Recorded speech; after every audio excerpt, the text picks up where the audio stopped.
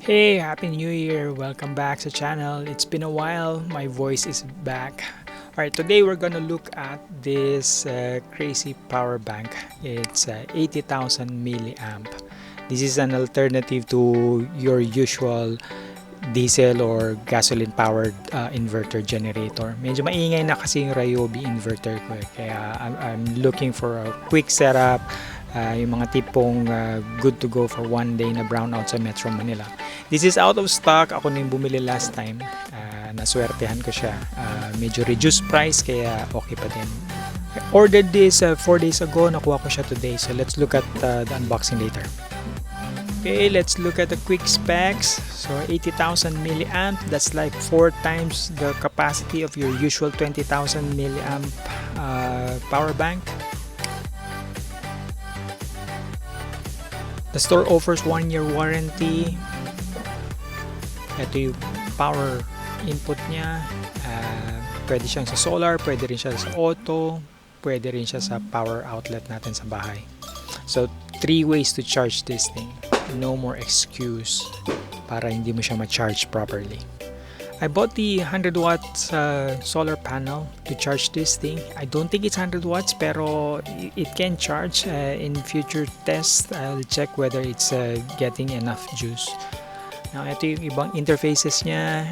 You can charge multiple USB at the same time because this has enough juice to support them. Like we've seen earlier, ito yung mga charging ports niya. Let's look at some of the numbers. When working from home, on and off yung laptop natin. Charge in between full charge. According to this, laptop can hold for 9 hours.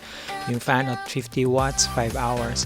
I have inverter, so half that. So this can last for 10 hours, I suppose. Of course, yung first 2 or 3 years na, no, when efficient pa yung battery. Here are other details. You can check directly on Lazada later.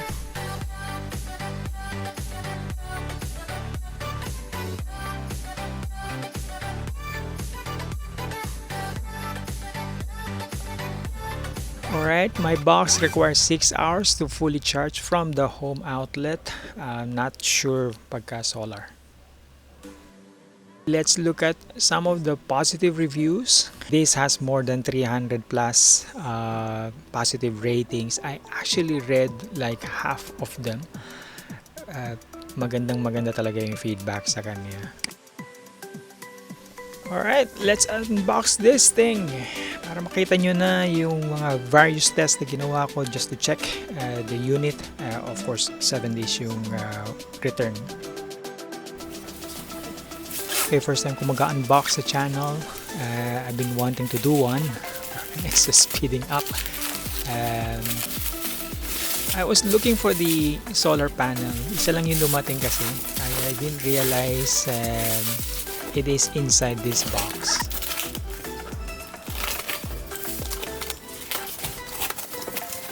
So here is the solar panel. Ito yung mga attachment niya. 5 meters yung cord, multiple extension, dito rin sa Type-C, iPad, at various laptop connectors. May foreign object. I'm keeping this. Baka kung para saan siya. Alright, so this is the solar panel. This apparently is 100 watts daw. I doubt. The one I was planning to buy from China, around 8,000 pesos yung portable na panel. So I doubt 100 watts to. And this is the box for the actual unit. So a few more screws I found. So I'm keeping them for later. This is the actual unit. Open the power bank.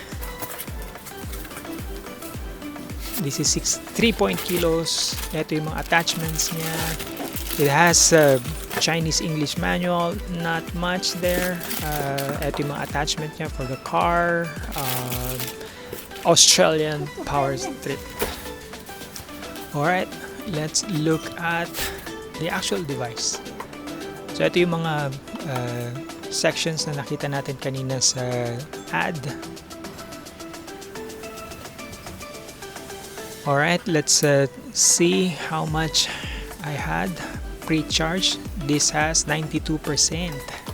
Mataas-taas. Let's do a comparison size. So malaki lang ng konti yung laptop natin na 15-inch.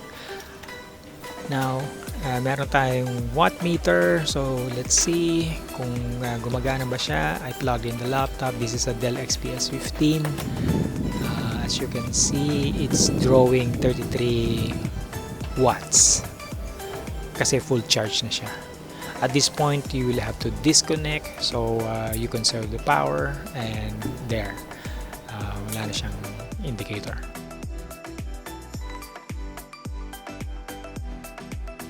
Now, let's do a test of fan.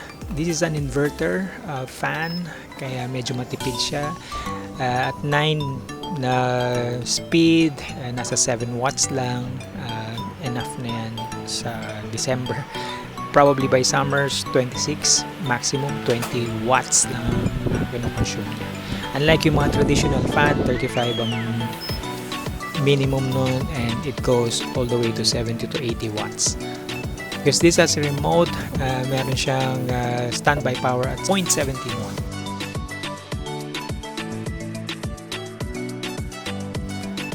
Now let's look at the solar panel, portable solar panel. I am going to charge a tablet, Type-C tablet. So it has a Type-C for Android and Mac. As you can see here, wala pa siyang charge kasi naka-close yung lid. Now, yung solar panel natin, I'm under the shade, so konting-konti lang yung araw na papasok or ma-harvest nito, but you can see it is charging. So let's look at the leads going to the solar panel to the power bank. I just want to see whether this will charge the power bank.